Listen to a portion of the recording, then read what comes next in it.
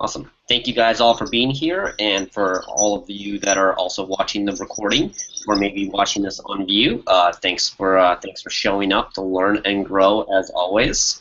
Thank you, AJ, for being here with us. Really excited to have you. So before we kind of go into this impromptu strategy session here with a couple of the next members, and then doing some Q&A, we give a little bit of background, and then AJ get your story. So. My experience of AJ has been since Underground 8 when I was 23, and there was that Young Entrepreneur Scholarship Program, and AJ and Yannick were running Underground Online Seminar, and those two have had since that day such a huge impact on my life. And AJ used to run for quite a while Yannick's publishing division and all of Underground, until that whole side of the business transitioned and shifted out. And since then, AJ and I have remained close friends, and kind of watched each other's journeys and supported each other along the way.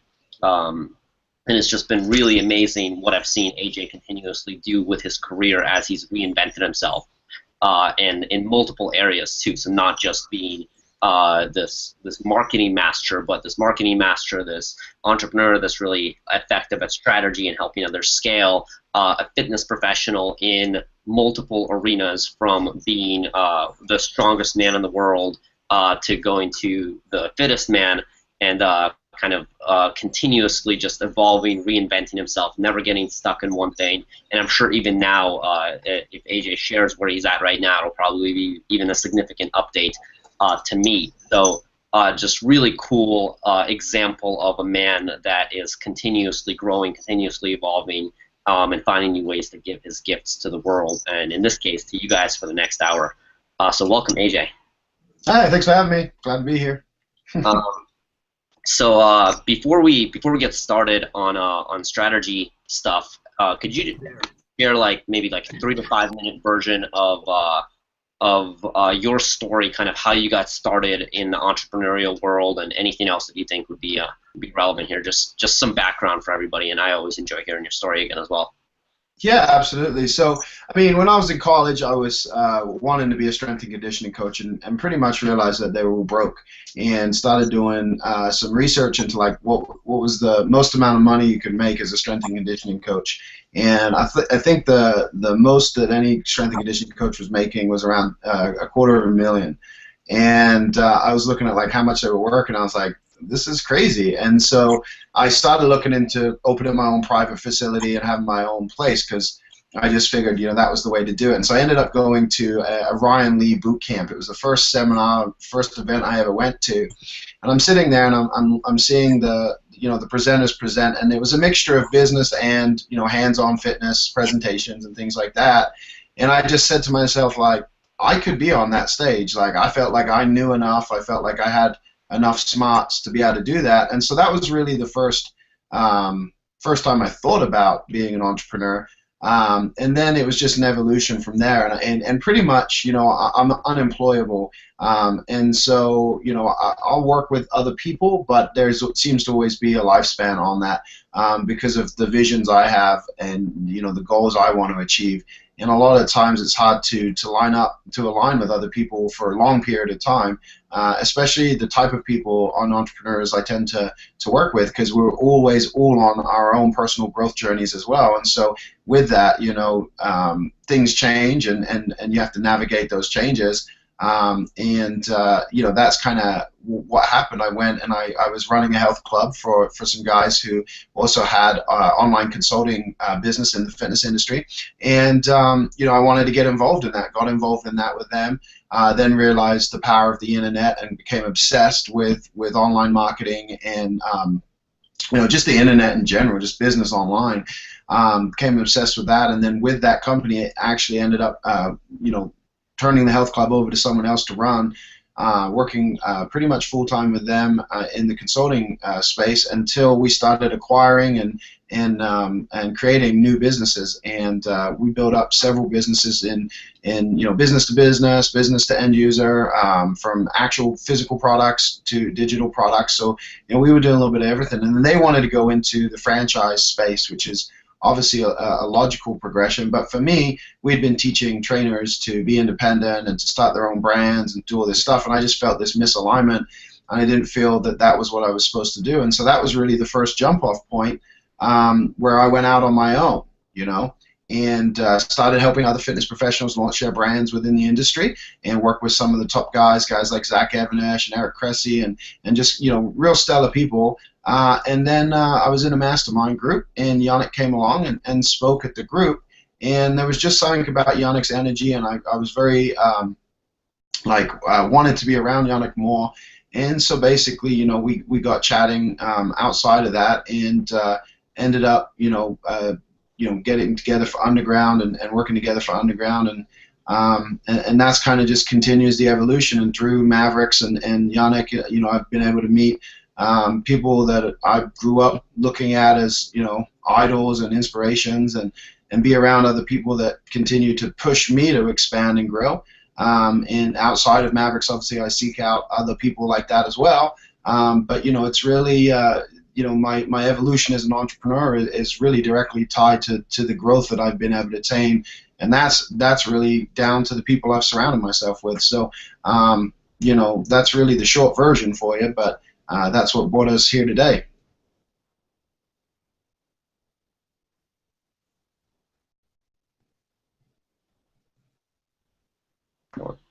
I was muted there. No, I'm muted now. Yeah, it's really cool how all along the way you've been able to align yourself with the right people, the right opportunities, and also walk away from them when the time is right for you to evolve. So I've really admired that about your path and your journey. And then what do you primarily, what's your primary focus now? And you would say as far as you can see into the near future. Yeah, so what I'm doing right now is I'm doing a lot of consulting in the fitness space. Most of my personal clients are also coaches in the industry to other coaches, right? So a lot of my clients are either offering services or business building info products and things like that to the fitness market. And then there's a couple of supplement companies that I consult with as well. But just recently, observing the industry and obviously talking with a lot of these guys, I felt this need to really create a full spectrum company that is really involved at every level. So that's what I'm working on right now, is really creating more of a business that serves people who are just getting started, all the way through to someone who wants to expand beyond the gym and be a true entrepreneur. And so I have a very grandiose vision. And a few platforms I want to build. Obviously, that will take time, but right now it's really consulting and then helping gym owners and transition to that next level and be a true entrepreneur. So that's where most of my focus is on at this moment. Awesome, love it. And it's really cool. So AJ's been able to, he primarily does this in the gym and health and fitness space. I've seen AJ consult people from literally all walks of life, all industries, all business levels, and almost every single time I've seen some unique or significant transformation in their business as a result of those strategy sessions. So really excited for the next kind of 40 minutes here. Instead of going through a more standard kind of content presentation, just being able to spitball for you guys with AJ on some business strategy and specific questions.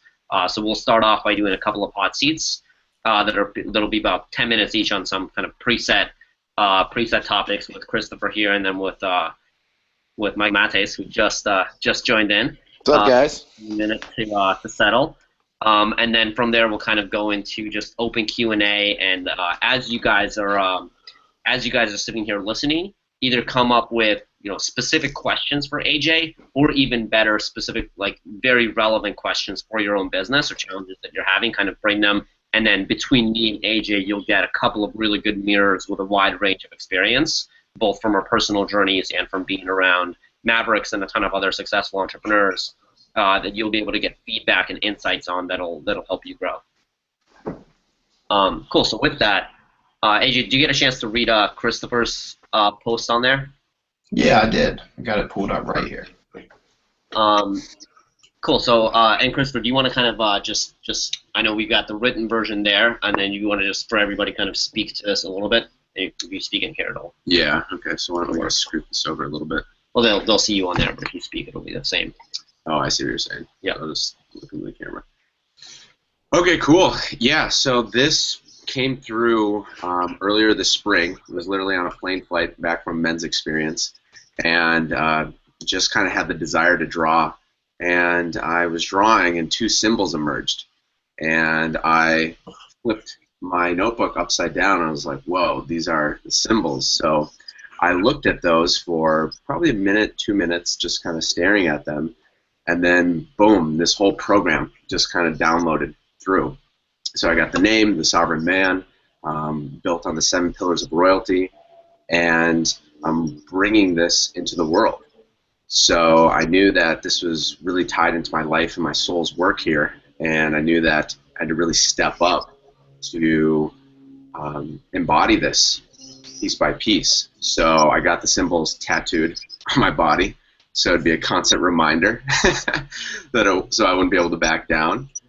And so yeah, that's what I'm doing here, and kind of the cornerstone here is the 6 sovereign masculine archetypes, and we had a co-hosted and I hosted and led an event last night at our home here called the Claim Your Throne Experience for Men, and got a lot of great feedback on that.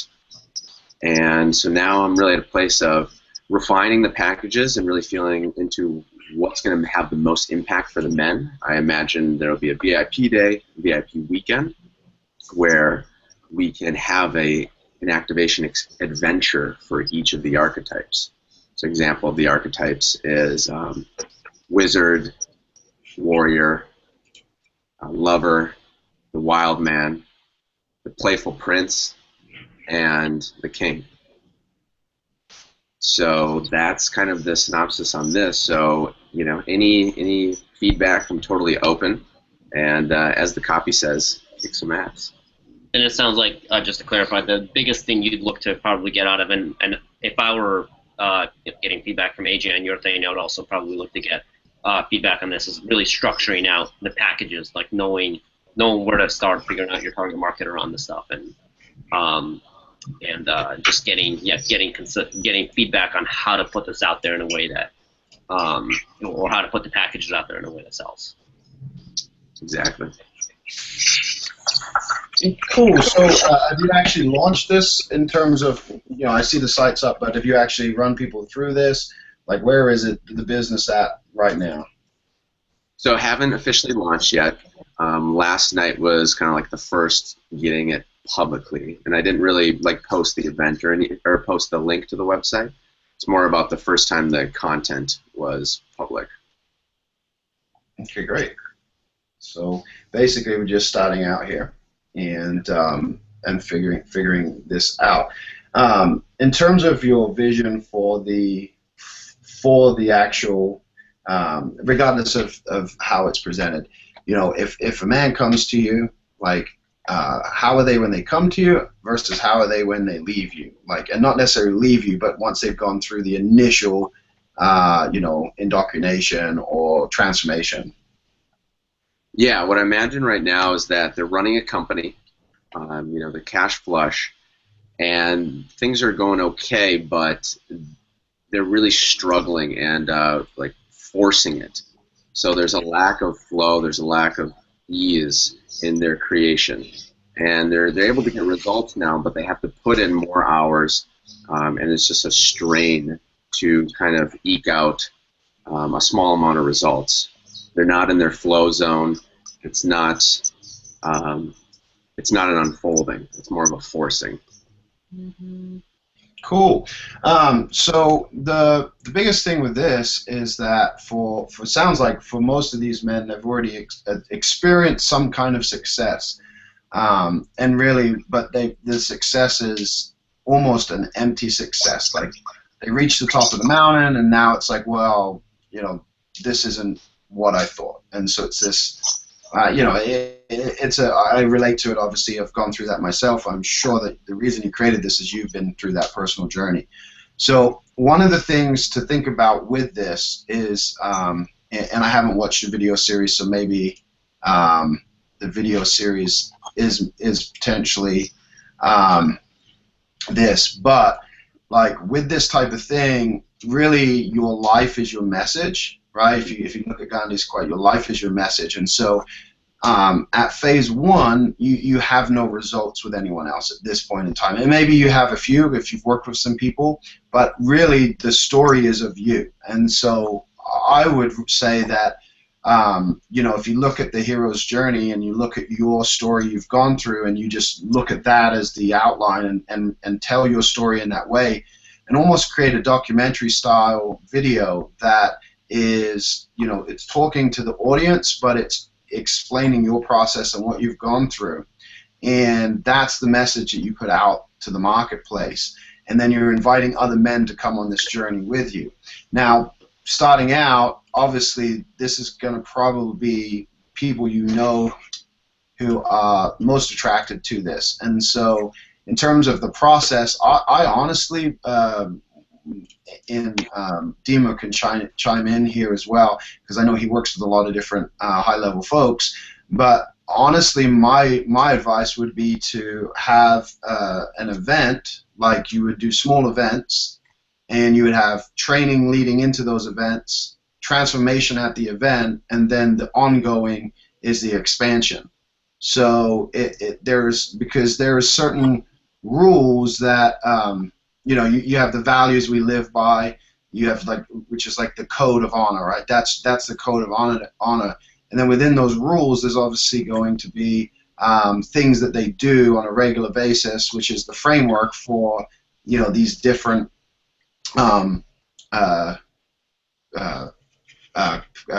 profiles, right? Which I think the different profiles.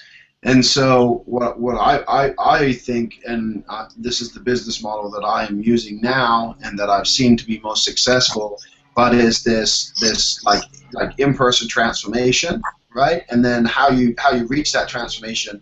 You know, you can look into the personal development world. There's a lot of things they do, but there's obviously the internal versus external transformation and that experience.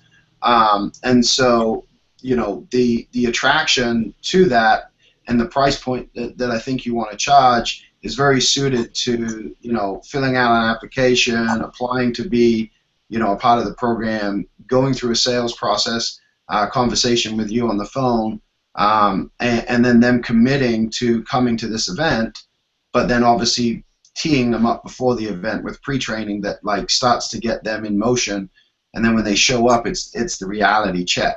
Right, it's the breakthroughs, it's the personal development stuff. So you're not really teaching at the event, and that's really important to break down. Anytime I run an event or anything, I always want to look at like the experience that they get and the outcome that I want. And the outcome that you are going to want is continuation, right? It's continuation in your overall program, and because regardless of whether you give them all the tools in the world, they're going to fail at some point in time. That's human nature. So, you know, looking at this, looking at what you have, I think that your story should be documented more, should be highlighted, and maybe it's in here somewhere, but that should be the focal point right now, just of where you were, what you achieved, what you thought would happen when you achieved it, and then really what it was like, where you found yourself, what you discovered, what led you to this discovery, and then that's the story you tell. And then as you get your men coming through this, then you switch obviously the stories to them, which is, you know, that's very traditional marketing, where, you know, the message goes from you to your customers. They become the heroes. You know, you can study cult building. It talks a lot about that. But you know, in terms of the program and the price, because this is so new and the complexity of it, I would say that you're going to be doing live events into continuation, which would be quote unquote a mastermind. But you are probably going to call this the Council of Royalty or something like that. Yeah, absolutely. That definitely makes sense. I like Council of Royalty too. So that was really good. And Yannick and I are working on a program right now that's also like all the preparation stuff and the transformational experience and the expansion afterwards. And your name of your company before is expansion. There is expansion marketing. So right. It's really really cool to use that term too. Yeah. I love that, and even the event last night, you could probably get some of those guys, like not even maybe not full stories, but you can reach out to a few of them and get testimonials for the actual experience itself. Yeah, yeah. Absolutely. Any questions that come out of that? Because that was actually a really amazing download. that was super structured for a lot of what you can do here. Yep, absolutely. I would say, Chris, have you looked at like Wake Up Warrior stuff? I feel like they have like a bit of kind of that like man transformation, you know, tell their stories. Like their marketing, I feel like, is pretty on tune with success stories and how they get their people involved into their company. Yeah, so that's a good point. So I'm definitely aware of Wake Up Warrior, and AJ, I believe you've gone through it or are in it.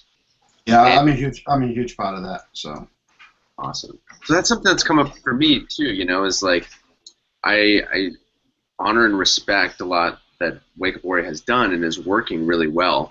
And so I've noticed there's kind of like an internal conflict in me because I know what I'm bringing is my own unique version, and I know that I kind of feel some level of resistance of like utilizing what's worked for Wake Up Warrior because there's a part or a voice that's like, well, I don't want to like copy them or rip them off, you know, and yet what works. So I guess it's great that came up, maybe to speak on that kind of balance, because I want to fully honor and, you know, what's being done there, and also I know that there's things that Wake Up Warrior is doing that's working that I can utilize maybe in my own way. I can quickly give you a quick answer on that, and then I'm sure AJ will have some other thoughts. So I think just full transparency on that, like obviously Jeremy is a next member, and he does all of the marketing, architecting, promo building, all of that stuff for Wake Up Warrior. So you just literally have a chat with him about that, like voice that exact thing of like, hey man, I'm doing this thing. The program is intended to generate similar results, but instead of focusing on just the warrior archetype, we're focusing on the six. So it's kind of a different type of program. Yeah. That's maybe dives in less into that, but it's more holistic on a different level, it's a different target. And you're like, but I'm really inspired by a lot of what you guys do. If I did X, Y, Z, would you feel like I was ripping you off? I think even like literally that direct question, and he's like, yeah, I want to do it with you and then take a different approach. So he was like, yeah, anybody can do a documentary, can do your thing. Then you'd be like, cool, I feel like I have clear permission to maybe release something to this. And so, and that's even part of like your own evolution as a man is like, oh, I have resistance around this. I feel like somebody will think I'm copying them. Ask that person directly. Right. And then that eliminates that as a future work. Awesome. Yeah, I mean, I actually did a little training on this the other day, so I'm just pulling my notebook here. But there's four major fears we have, and one of those fears is just the thought of others, right? Is what will other people think? So you're just experiencing a fear right now that's a very natural fear. I can tell you now, Garrett's not going to pay any attention to you. So you have not been through Warrior. You do not know the frameworks of Warrior. What they present on the outside is literally probably 1% of what the program is. Looking at what you have on your site with the different, with the wizard and the lover and all this other stuff like that's not even close to what Warrior is. And so, this isn't something I think that, your marketing may be the same, but that's marketing. That's good marketing, and that's something that you have to understand. Like, so, I mean, I'm sitting here. I can show you some of these trinkets that quote unquote are awesome, but we get these certain like bracelets and things like that, and we get backpacks, and you get that's all good marketing. That's all anchoring experiences to certain things, and so nothing that Garrett does is really original. It's just original to Garrett because it's how he does it, and that will be the same with you. So regardless of the way you create your video, there's a framework to creating documentaries. And Jeremy isn't just randomly making this stuff up. He's studying and he's following formulas, and that's something to just realize is, and I've struggled from this myself. It's like you will tell, and you ran a marketing company before this, so you will tell everybody else what to do, but then when it comes to you, you want to do it different because you don't want to be seen as same as. But the reality is that's what works, and that's what you recommend to everyone, and that's what makes them all the money, but you don't do it because you're like, well, I've got to reinvent the wheel here.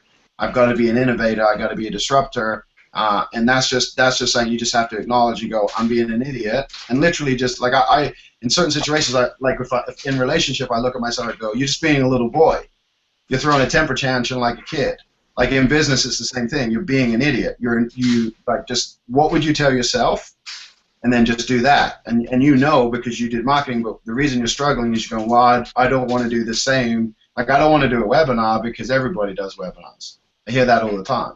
It's like, yeah, because they work, and they still work, so do a webinar. So I think that you know the answers because, I mean, you have the background. Yeah. Awesome. Hey, Christopher.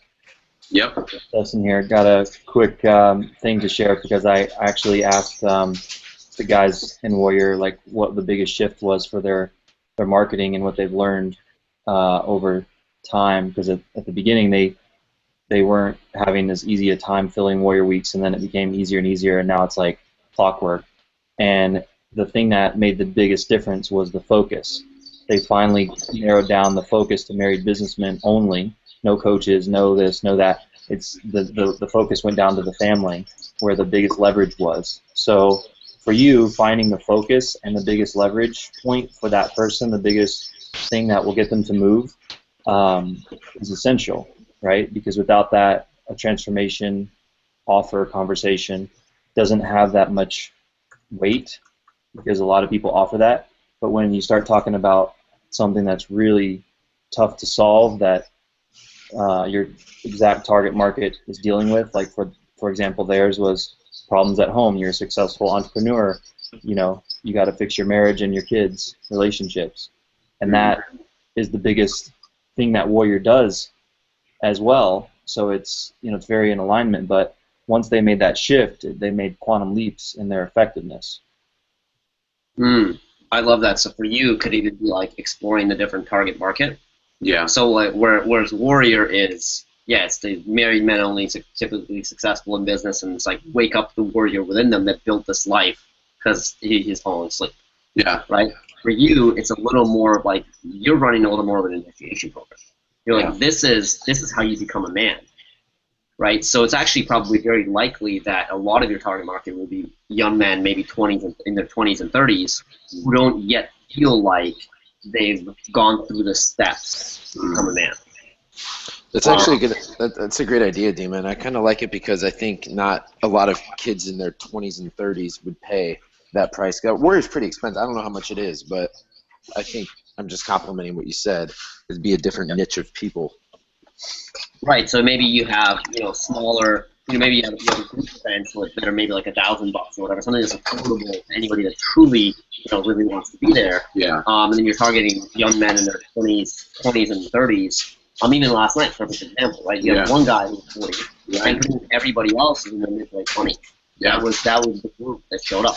And you're 24. Yeah. And a lot of the men that you're surrounded by, or the really great men you're surrounded by, are also around this age. So this might actually be really good. I know I'm not saying this is necessarily your target, but I think to jump off with Dustin's thing, like thinking like, hey, this is the group you're targeting, and it's probably different from Warrior, different from what anybody else is doing. Right. And it becomes, for these young men, what a gift to them, because you're actually showing them the path that otherwise they get lost in for years of like a framework for them walking their path to manhood. Yeah. And most of their dads were sedated completely. Yeah. So there's a huge gap between the level of power at which you're trying to get them to operate and what their dad showed them or didn't show them. And now you've got copy, right? I'm already envisioning, now that I've got this target, you've got this target market in mind, I'm imagining like what AJ was saying about your own story. And then you could pull a few stories, whether it's with your events, or you could even pull probably like my story or AJ's story, or a little bit of like examples of people who've gone through this journey to kind of come out the other end in a way. Yeah. Yeah. And you could write to different phases of that journey. Right. And you could write to the person that, like, to the aspirational side of that, of like, hey, these are the men who've gone through this journey for themselves. This is where you're at right now. This is what you may have gone through with your father or with other men in society or so on and so forth. Right. And then give them this path to start walking down. So I think, I think narrowing in on a target market, getting the psychographic of that, super clear. Yeah. Of like what their fears and challenges and so on and so forth are, and then what their aspirations are. Like even just focusing on that as an exercise, and then going to write the copy in like the second person, that would give you like a really strong foundation for sales. Or that if you just keep going with this and keep testing and look at it as a testing ground, the men who come and attracted to it and the results that they get in specific areas will be the breakthrough in the marketing too. It's like simultaneous. Like breakthrough for Warrior because they started seeing a pattern, right? Because of consistent pushing. They just like kept doing it until they figured, okay, this is where we have the biggest impact. This is who converts the best. This is why they have, you know, these things. So it makes a huge difference just to learn from your market as you move along. Your marketing will just become so much more refined. Yeah. Yeah, absolutely. So even the people from last night, you can go back to them and say, and just ask them some questions about like what's truly, don't tell them anything. Just like, ask them some questions about like what's truly challenging. And like really, really dig in. I would love to move on to Michael. This is really good stuff. Yeah, thanks everybody. Thanks, good. Dustin. Thanks. And now you guys obviously, I'll be next. You guys know a lot of what Christopher's up to in this path for himself, and obviously he's super committed to it. He's got the tattoos on each shoulder that really represent him. So this man is fully committed to this path and putting this work out into the world. So you've got support of your brothers here to help you along that path. I love it. And definitely continue these conversations. I think especially you and Dustin, you guys can continue jamming on this stuff and learn a lot from each other. Yeah. Thanks, everyone. Yeah, cool. Congrats, Thank buddy. you for all of that, the framework. That's awesome. Cool. Michael, Hey, guys. up for a quick hot seat with some feedback there? Yeah, let's do it. I kind of typed some stuff in the Facebook chat, but something kind of came to mind kind of right after I posted it, and I want to ask AJ about it. Is I've talked to him before. I run a CrossFit gym, and something I'm kind of dealing with right now is there are things I really need to work on. Is one, managing people, and two, membership retention. And I kind of talked with Dima a little bit about people management and just getting everybody a number, which I'm still kind of working through. But membership retention, how would I improve it? I'll just give you a kind of a quick scheme of numbers. Each month, I don't usually have a problem of getting people in our doors for like our beginners course or onboarding new members or new clients. But each month, I'd say we probably get anywhere from 10 to like 17 in the door. But then each month, there's usually 10 to 17 who leave.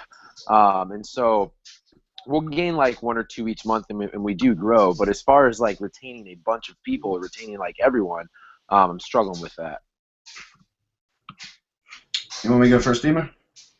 I would actually love to hear your thoughts on that, because I've had quite a bit with Michael on the membership side of things. Perfect. And I've also run a gym, so my ideas come from kind of like a lot of big picture business stuff.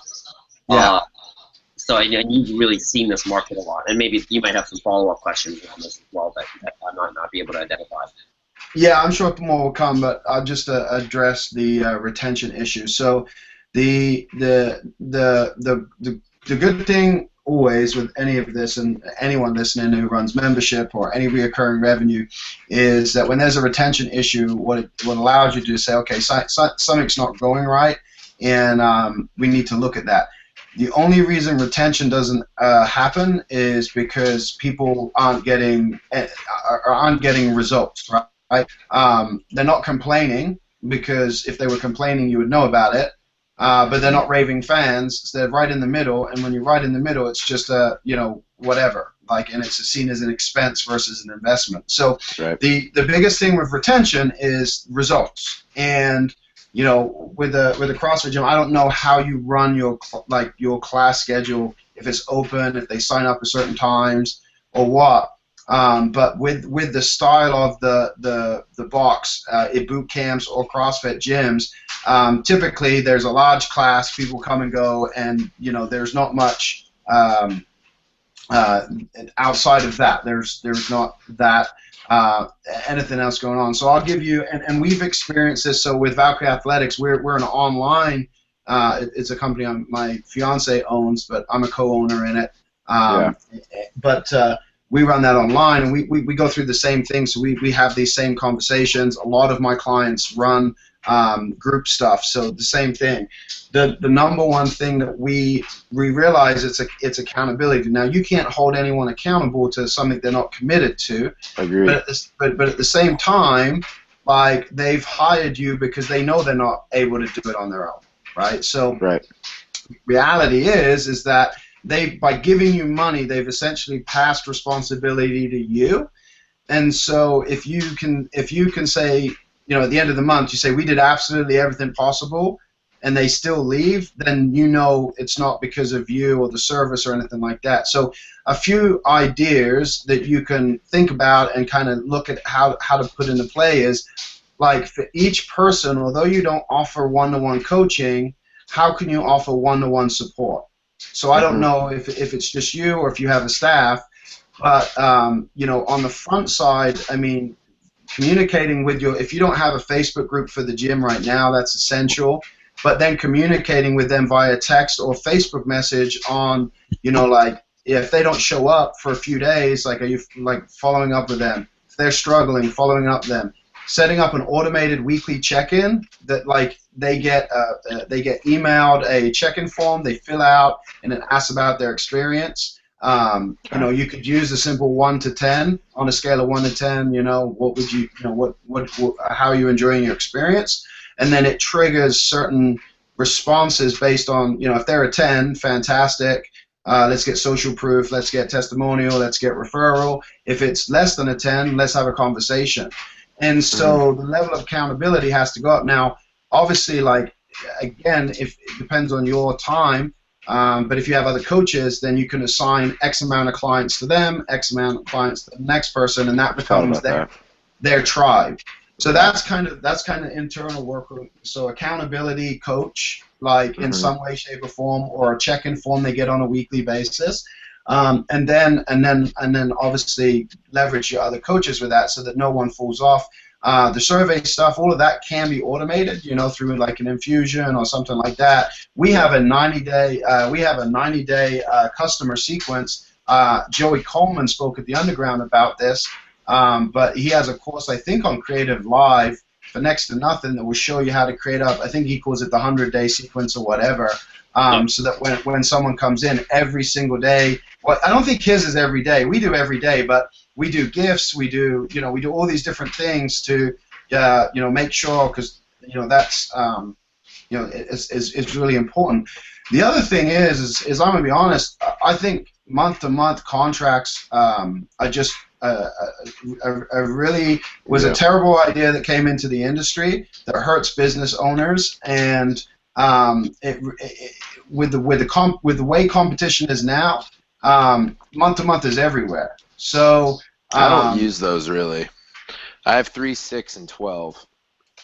So, but people are just leaving, even though they're on the contract. Yeah, some people cancel contracts early. They'll sign up for like the 12 months to get the rate, and then they'll cancel. Or what I've honestly been seeing happening a lot is, like, people will sign up for 12 months. They'll put their credit card on file, and then 4 months later, their credit card stops working. It gets, it's getting denied, and you call them, you reach out to them, and nothing, and then you just never hear from them again. Yeah, so I think what's really happening is just they're falling through the cracks of accountability, and because of the way CrossFit is now, is that it's just seen as an expensive big box gym, right, where people have an assumption. So fundamentally, you've got to change the way your box is perceived, and you can do that by this accountability and the level of service that you offer your clients. And if that means you have to raise the price in order to be able to do that, then that is something I recommend. And then outside of that, think about, and you have Maverick as a great example, but seriously, you all should be studying, everyone should be studying cult building, tribe building, like things like that, and really paying attention, because one of the benefits you have as a CrossFit gym is CrossFit actually has a lot of cult properties already. It has its own language. It has, this sense of achievement, competition against each other. You rise up the ranks based on your scores. There's a global competition. So you have all of this stuff. Everyone's turning away from it because they're like, like, oh, I don't want to be the same as the other gym. Instead of saying, okay, what do we do inside our gym to further that success that they've had? So, and Yannick's book, Evolved Enterprises, has tons of ideas for this. We did when I was running Barbell Business, we did an interview with Yannick about Evolved Enterprises within within the gym business. I'm sure if you search for it, you can find it. But I've actually really, what we're talking about. Yeah, like clubs within clubs, but you've really got to look at like throw a crazy party where everyone dresses up, like really start to create a sense of community and separation from everything else, because that's what actually separates the gym. And so you got, number one, you got to get them to show up, and the biggest thing that happens is they miss a couple of workouts, then they feel bad, and then they don't come back because you're not, instead of targeting striver drivers who are traditionally the type of people that would go to a CrossFit gym, this yellow, orange level, like motivated, like entrepreneur type person, because CrossFit has become so saturated, you're now going after these lower level people, and you've got to understand, like, they're not self-motivated. So you either have to aggressively go after the striver drivers more, or the people you have, you've got to put more in place for them to hold them more accountable. And I think if you do that, it'll fix your retention. And then, like in terms of team building, I mean, that's culture, and I mean, we could be talking forever on that. But I think that your leak is your members leaving. If you can plug that leak, the team stuff, as long as people are happy, like it can take a longer process to like really build an amazing team. But you can't afford to be losing members every month. Your team's going to stick around for a while. So I would really say, okay, like, what can we do? Like, so like right now, what level of service we're at? Okay, we're like a Walmart, like we're like a super Walmart or a super Target. Like, how do we get to be like the Nordstroms? Right. And if you really want, you go, how do we get to be like that custom suit tailor? Right. Yeah. And that's really, I talk a lot about that in High Paid Trainer.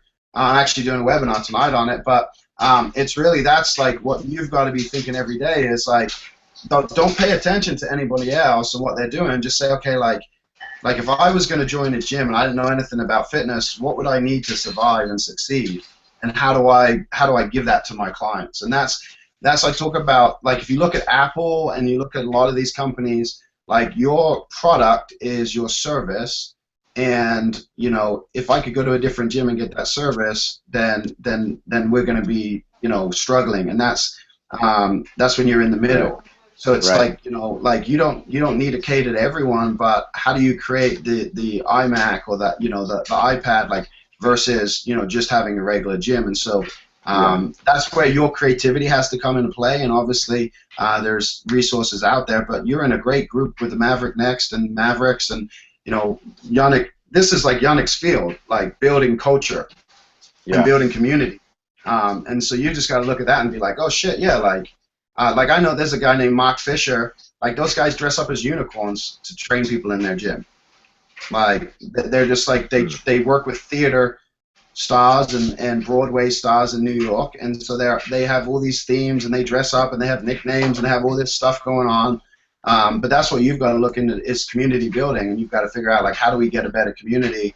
Because here's something to think about, right? Like, you can choose your friends, but you don't pick and choose your family, right? And so if you create a gym that makes everyone feel like that's their family, they're not going anywhere. And it's what churches do, it's what cults do, it's what any good organization does.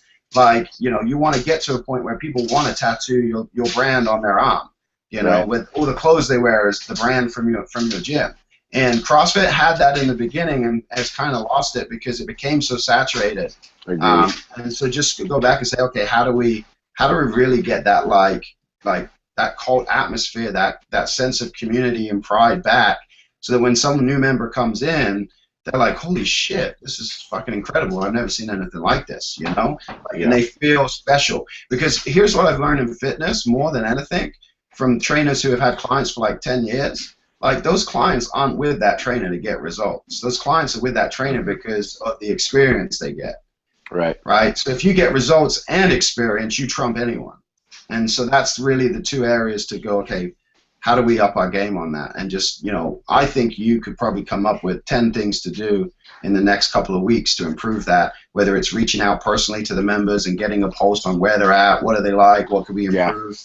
Sometimes you got to get your hands dirty again on that ground floor just to figure out, okay, what's really going on inside these members' minds. And I think, that goes for anyone in any business. Yeah, I agree. I think you might have nailed it with the the accountability coaching and like the one-to-one support, maybe just like sitting down and meeting with people on a consistent basis just to do like a check-in. Because we kill it through our beginner's course, we rock it out, but then after that, we definitely lose that support. So yeah, what probably happens is they come to the beginner's course. It's a smaller class. They get a lot of personal attention from the trainers. They feel awesome. You sell them, and then you just dump them into the swamp, right? And they're like this coach doesn't even know my fucking name. Right. And that's where, like, Joey talks a lot about this. I think his course would be a good one for you to go through. But like, your most important, like, new clients is less important than client satisfaction, right? Because you're burning at such a rate that you're gonna end up running out of new clients because you're a physical location. Globally, like if you're online, you get away with it, but locally you can't. So you've got to really focus on that customer experience because no one else will. No one else will. What's Joey's course? I think it's, what is it? It's a 100-day customer process or something like that. We also have, what I would encourage doing is first check out, we have a couple of videos of him. We have one of him presenting at Underground, and then one of him presenting specifically at a Next Summit a couple of years ago in Boulder. So we have both of those videos. The Boulder one should be in Mighty Bell. The Underground one, I think, is in the Maverick MBA members area. But you guys have access to both of those. So if you can't find them, just reach out to me. And then again, he has this kind of like larger course on it that you can find online. Yeah, it's called First 100 Days, and I think that's the same as his presentation. His presentation was like really, really, really good at Underground. Okay. No, that's good. I think that's exactly what I needed to hear, to just have the motivation to piece all that together and make it happen, because can't keep just turning and burning people. Thank you. You're welcome, brother. Yeah. Cool. Well, yeah, and I got a lot out of that too in terms of, and I think everybody can benefit, even if you have purely online business, as far as the community building conversation. And there's so much value to that as far as what you can do uniquely with your customers. The same thing with the feedback for Christopher. A lot of that conversation. There's a lot of framework discussions, their target market focus, and all of that really appeal and apply to everybody here more than just his specific business. So we've got about 5 minutes here, so I want to kind of open this up for either any general big picture questions for AJ or a specific piece of feedback you'd love on your business. I have a general question, AJ. Yep. Fire away. I don't know who's speaking, so fire away. That's Okay. From the ether. My question is, earlier this year when we talked, you were kind of sharing that you had a lot of opportunities flowing to you, and I have a similar experience. And my question is, how do you prioritize and manage multiple opportunities that all seem really good at the same time, or decide which ones you're going to focus on versus shelve? That's not a light question. I think honestly, so what I've realized is that I've got clear on what I want, and then if something doesn't fit in or it's not I mapped out so you guys I've mapped out my path to 100 million, right? I mapped that out, and there's phases of that I have to go through, right? And right now, because I decided to leave Barbell Business and Barbell Shrugged and to build my own company basically from scratch, I had to get real and say, what phase am I in? Well, I'm in the 0 to 1 million phase right now, right? So looking at my looking at my plan, what needs to happen in that phase in order to get me to the next phase, and that's how I'm making my decision processes. My decision processes are not on what I want to do or like what inspires and motivates me, and one day maybe what I'll end up doing. My decision process is based on this is how I want, like this is what I want to build, and this is what it looks like when it's finished, and go all the way back to where am I at today. And then so like I'll give you an example of this just to get clarity here, but everybody wants to give me their business to run. Like everybody says, well, let's partner up, and you run. I'll do content creation, and you manage everything else, right? So basically, I would publish them, but we would be partners, right? And I look at that and go, well, I don't have a team to execute, so there's just no way I want to do this. Now, do I want to do that in the future? Absolutely. Can I get there quicker with investment and potential like speed? And taking on a partner, possible, and I'm open to that conversation. But I'm not going to say yes to anyone until I have the right things in place. And so I've just got used to saying no to anything that isn't direct to right now and the next thing. And so you know the 90-day game, but I mean I operate in 90-day games. And so I'll give you an example. Last quarter, last 90 days, my goal was to do a podcast and to launch a podcast. Well, I've yet to get this podcast out, but you know, during that 90 days, people say, "Hey, you want to write a book? I'll help you write a book. I have this, process I use. I like it. It'd be easy for you to write a book." And I just had to say no because my focus was on getting that podcast to the point. Now it's almost ready to launch, and now I'll look at the next thing because that's set up, that's systematized. So with whatever you're doing and the opportunities that come up, you've got to look at it as like not as a good opportunity, but does it serve you right now, or does it distract you?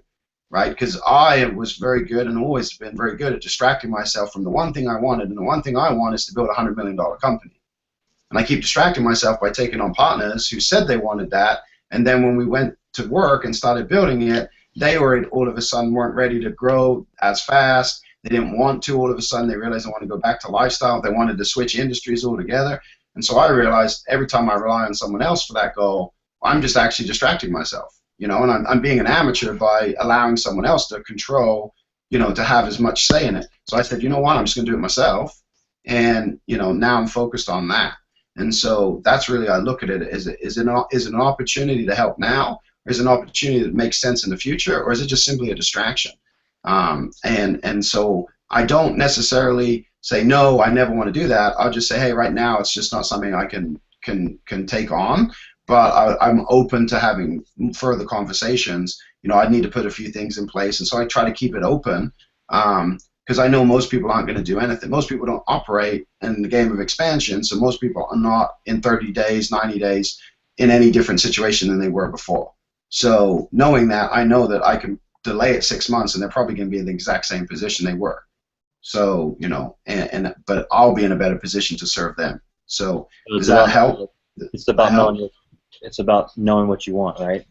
Yeah, exactly. And not allowing anything to derail that, because if you think about the entrepreneurs we respect, right, like Elon Musk or Richard Branson, they're not getting distracted unless it aligns with their big vision. Yeah, I mean, Elon just released his phase 2 of Tesla with putting, the solar on the roof. Like he's laid it out what he's doing. Nothing else is going to take away from that. That's his goal, So, that's really what it is. It's like, with what you have going on, what is it I actually want to build? And then where I am today, what would need to happen for me to get there? And then, boom, there's your plan. Now there's no need to do anything else. And, of course, you'll take detours, but, it takes you can't operate off emotion. Like, you have to operate off of discipline. It's easier to say no with that clarity. Yeah. Yeah. Cool, and I obviously have thoughts around this as well, but I'll want to respect AJ's time and kind of wrap up here. Do you want to take any rapid-fire questions? Like, just because we went a little long on the hot seat, so if you've got extra 15, I mean, I'm happy to take any rapid-fire questions. Yeah, I definitely do. If you're up for sticking around, and I'll give a 1-minute answer, Dustin, on my perspective on that as well, which is very similar to what AJ was just knowing what you want, knowing whether you define it as like this is my clear path and purpose, and then putting everything around that, or just like knowing that, hey, this is what I want to create, and then evaluating things based on whether they fit into that or not. And for myself, I've got 4 separate projects right now that I'm balancing, and part of the way I've been able to do that is through creating really great strategic partnerships. And even so, I don't recommend having 4 things at the same time. Is actually a little insane to try to balance, especially if you want to have a personal life too. But an opportunity came across for me 2 days ago. I sat down with somebody who I know is building what will be a billion-dollar company, and I'm a very small stake investor in his company as well, and he's got other people. Basically, everybody on his executive team has built to 9 figures plus at some point. And this company is, in my mind, 80% guaranteed to get there as well. And he offered me an equity position coming on as a partner and director of marketing and so on and so forth. And it took me about 15 seconds of sitting with it to say no. And so and I've had other opportunities like that come across, and because I'm so clear with myself of what is valuable to me and what I'm working on, it's been super easy to say no to virtually anything that comes across, even if it seems like it's a really great opportunity. So it goes back to getting really, really clear on your own path, what you want to create, what you feel like you're here on Earth to do, and then making your decisions as far as the opportunities you get involved with based on that. Cool. And cool. Let's go with book Essentialism too, which yeah. is a good idea. Thanks, Josh. Cool. Any other? Let's go for some rapid fire questions for AJ.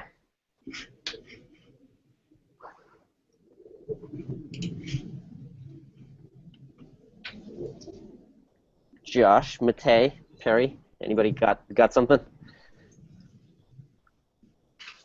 I'll ask. What's your new business you just launched? I don't know about it. This will but... Well, yeah. So I'm actually launching a program called High Pay Trainer, which is showing basically trainers how to transition to more specialized, high-paying clients. So that's the easiest way to explain it. So you by yourself? Or you have partners in that? No, I'm doing everything by myself. So I'm building. So I have the podcast that I'll be launching, which is called Monumental Marketing, and there will be a business model around that, and this is like a separate business model. So that this will be events to service model. So cool. Let me know if you need someone on your podcast. Hit me up. Nice. Cool. And then AJ, I have a question for you along those lines as well. So on a personal level, you're evolving a lot, and you've got a lot going on with the new business and personally. What's the best way for people here to kind of follow your journey, other than following you on Facebook? Do you have a list or kind of a community that you have where people can stay tuned? Yeah, I mean, my website needs a massive overhaul, but if you opt into my list, I email daily now. So that's probably the best way to just keep up, because every day I'm just telling stories from what's going on. So, yeah, Facebook and email is the best. So that website's just ajroberts.com. Easy to remember. Awesome. Cool. If you guys have any even so AJ volunteered to stay another 10 minutes. Any even marketing questions or anything kind of specific and tactical? He's really good at that stuff too. We're big picture strategic.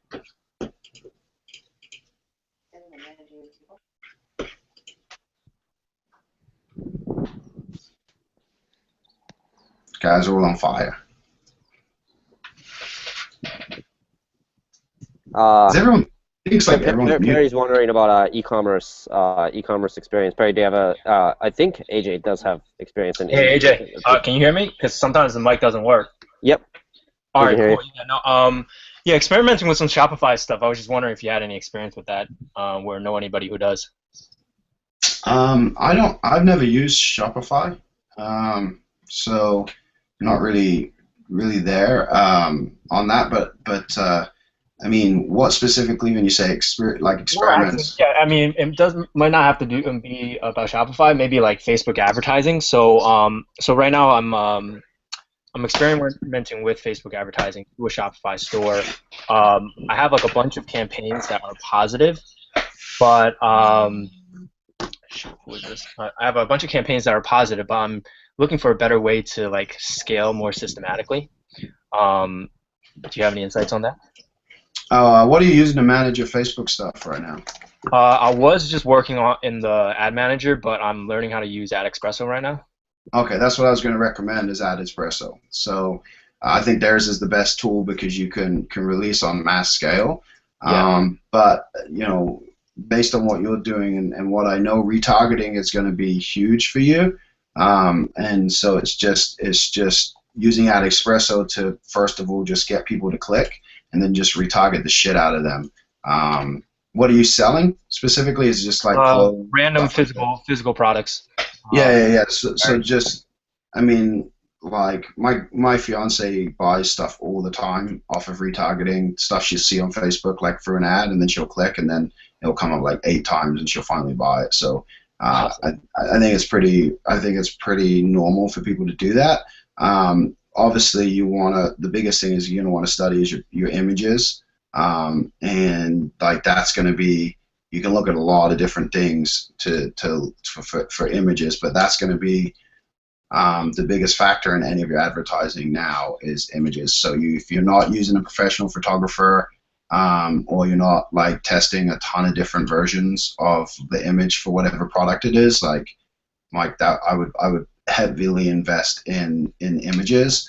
And I don't. There's probably a few graphic people in Maverick Next, I would imagine, or people who have access. At this point, I know you've worked with people in the Philippines before, but finding a few great graphic people over there, and basically creating 25, 30 variations of an image, every single way you can. And now you can put text on images. Like there's just so many elements to expand and experiment with. But that's really what it takes, is just dialing that in. And then the cool thing, obviously, with Facebook is you can go off of trends of spending habits and stuff like that. So, I mean, you're going to spend a lot of time on really dialing in your audience. And so that's where I think you're doing the right thing with Ad Espresso, and I would spend a lot of time around that. Cool. Yeah. Perfect. And I guess, does anybody else have any questions? Because I do have like a specific question, just throwing it out there, see if you might know why it's the case with Facebook. So first of all, does anyone else have any questions? I don't want to be like. I think you're good, brother. All right, cool. So basically, it's weird because right now, like, I have a campaign that's doing pretty well. It's positive. It pretty much crushes it. But it's like broad, right? So like it's a list of maybe 20 keywords that are targeting probably like 1 million people, men and women. Oh no, I think this one might just be men. Yeah, I think it's men and women, 18 to like 65. So it's broad. And then when I pull up my Facebook reports, it tells me like what segments of the age groups like have been converting and have been purchasing. But then when I create like a new ad set with those specific segments that have been purchasing, for some reason they don't do as well. So I don't know, like, do you have any experience with that? Like where like you're doing a broad targeting audience. I mean, you're doing like a broader keyword list, but then when you narrow it down, it just like doesn't do anything, Yeah, so this is something I learned. I started advertising on Facebook when it first came around, and so I've seen all these experts pop up and teach, and so people like teach one way, and what reality is that you have just ran an experiment and you have found that a broad search, and really it's going to be the number of people, so I think you said is over 1 million, like is outperforming when you go to smaller numbers, and the reason is it's going to be a multitude of factors, but obviously it's your ad spend versus the number of people. And then always remember, Facebook has its own algorithm to show your ads, right? Mm-hmm. And so if you have less people being targeted and you have the same budget, then Facebook is going to show those ads to those people continuously to burn the budget. Whereas if you have a broader audience, and Facebook's showing the ads and people aren't clicking, and then certain people are clicking, Facebook starts to dial in your ad for you without you doing anything. And so, like, that's why you have to test the different ways. What you would probably like want to do is create like lookalike audiences based off of the ad sets that they say maybe are the most popular, through like retargeting pixels. So retarget, create the audience of click-throughs from that million or something, then create a lookalike so you have another broad audience, but they're more dialed in and go from there. But that's the thing that throws the spanner in the works. People say, oh, start at 25 bucks a day, and never spend over 100. Just create, if you want to spend 10,000, you just create 1,000 $100 campaigns. And other people just say put it all in one, but it's all down to just you got to test. And it sounds like you tested and you found out which is working better. So now the question is, how do we create another broad audience that's more targeted? And that's where that lookalike audience would probably be most beneficial. Okay, cool. Thanks a lot. Yeah, I haven't taken a look at lookalike audiences yet, but that's yeah. Do you have retargeting set up already? Yeah. There's So just app on Shopify automatically does it. So just go in and just look at setting up that retargeting. And the cool thing with the lookalike audiences, I believe, and maybe someone else is on here that runs ads, but I believe with lookalike now you can actually select how big of a lookalike audience you want, and so it will be either really specific or you can go a little bit broader, and they kind of loosen some of the parameters to give you a big audience. Awesome. Thanks a lot. Oh yeah, Bren probably knows more than me. Brent? Yeah, probably. Yeah. Cool. Awesome. Thank you, AJ. This has been. I guess we got another minute. Anybody have any last-minute questions? Are you coming to camp? Camp Maverick? No. Clash is my brother's wedding. That's so inconsiderate of your brother. Yeah, I know. How dare he? Cool. Well, I'm excited to see a bunch of you guys at camp in like literally a couple of weeks, and I'll see you Sunday night in a couple of days here. And if not, I'm sure we'll see each other real soon. So thank you for taking hour 15 out of your day to do the strategy session, answer some questions, just kind of share your story and your presence with us. So definitely your angelic presence as of this moment. Yeah, thank you. Really appreciate your time. Big time, and everything you've done to contribute to Next and the Maverick world in my life. All right, man. Yeah, thank you, AJ. Yeah, thanks, AJ. Thanks, AJ. My pleasure. All right, bye, everyone. Bye.